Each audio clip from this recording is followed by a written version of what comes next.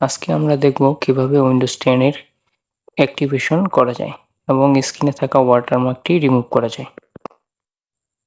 আমরা যদি দিস পিসি অপশনে রাইট ক্লিক করি তো ওখানে দেখা যাচ্ছে উইন্ডোজ ইজ নট অ্যাক্টিভেট,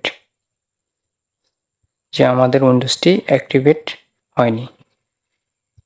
আবার আমরা যদি ডেস্কটপ ব্যাকগ্রাউন্ড চেঞ্জ করতে চাই তো সেক্ষেত্রে দেখা যাচ্ছে এটি চেঞ্জ করা যাচ্ছে না।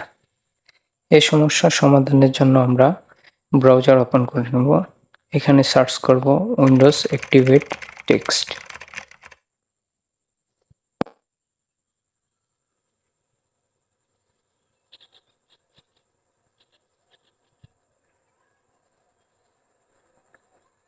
প্রথমেই যে সাইটটি ওপেন হয়েছে এটির উপর ক্লিক করব।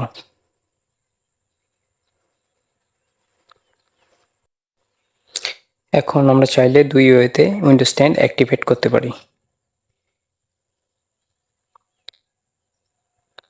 তো প্রথম অপশনটা একটু কঠিন, তাই আমি ওইটা দেখাচ্ছি না, আমি সেকেন্ড অপশনটি দেখাচ্ছি।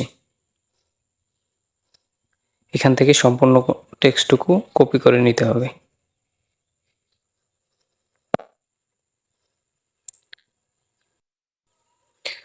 টেক্সটটা কপি হয়ে গেলে আমরা চলে আসবো ডেস্কটপে। এখানে একটা নতুন টেক্সট ডকুমেন্ট ক্রিয়েট করব। এরপর এটা ওপেন করব, করে টেক্সটটুকু এখানে পেস্ট করব। এরপর ফাইলটাকে সেভ করব। ফাইল নেম সেভ করার ক্ষেত্রে অবশ্যই .cmd এই কমান্ডটি দিয়ে তারপর সেভ করব।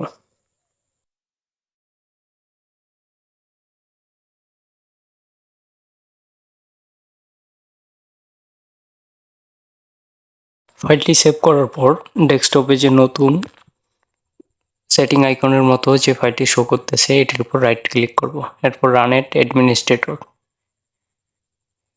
এখন আমাদের উইন্ডোজটি অ্যাক্টিভেশন হওয়া শুরু করছে। ওর জন্য কিছুক্ষণ সময় লাগবে, তো আমরা কিছুক্ষণ ওয়েট করব।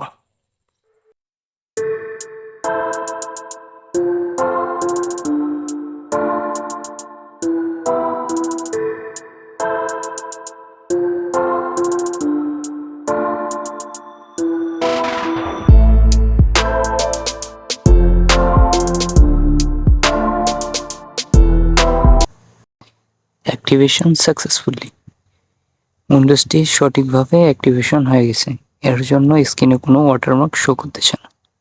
ভিডিওটি ভালো লাগলে লাইক বাটনে প্রেস করুন, আর এরকম টেক রিলেটেড ভিডিও পেতে চ্যানেলটি সাবস্ক্রাইব করে পাশেই থাকুন। ধন্যবাদ।